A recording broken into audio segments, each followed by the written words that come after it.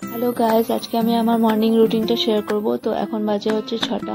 আমি ঘুম থেকে উঠে পড়েছি, ব্রাশ করছি, আর এখন আমি মর্নিং ওয়াকের জন্য বেরিয়ে পড়েছি।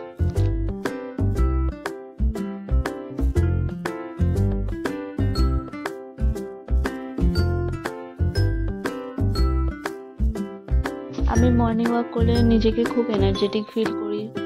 সকাল সকাল এই ফ্রেশ হাওয়াটা নিতে খুব ভালো লাগে।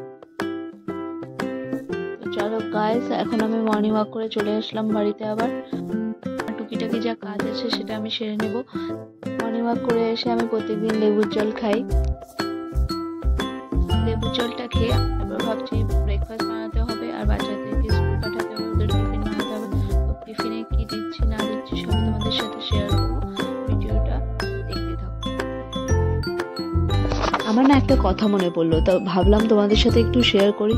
কেউ যদি খেতে না চায় তাকে জোর জবরদস্তি খাইয়ে দিতে, ভালোবেসে খাইয়ে দিতে যাবে না।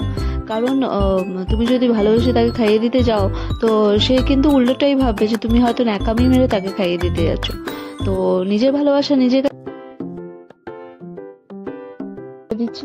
দেখতেই পারছো এখানে আমি চিড়ার কিছু করে দিচ্ছি। তো চিড়াটাকে ভালো করে ধুয়ে আমি হাত দিয়ে চটকে নিব। তোমরা চাইলে এটাকে মিক্সিতে গ্রাইন্ড করে নিতে পারো, আর শুকনো গ্রাইন্ড করেও করতে পারো।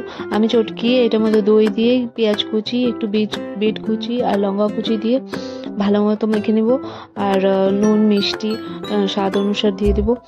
দিয়ে এটাকে ভালো মতো ফ্রাই করে আমার এটা ভালো মতো ফ্রাই হয়ে গেছে। তো চলো এটা বেবিদের লাঞ্চ বক্সে আমি দিয়ে দিচ্ছি, আর আমরাও ব্রেকফাস্ট করে নিচ্ছি। তোমরাও ব্রেকফাস্ট করে নাও। তো আমার আজকে মিনি ব্লগটা কেমন লাগলো তোমাদের সবার, তো like comment share and subscribe করে দিও চ্যানেলটা ভালো লাগলে। তো আজকের জন্য এতটুকু, বাই বাই, টেক কেয়ার।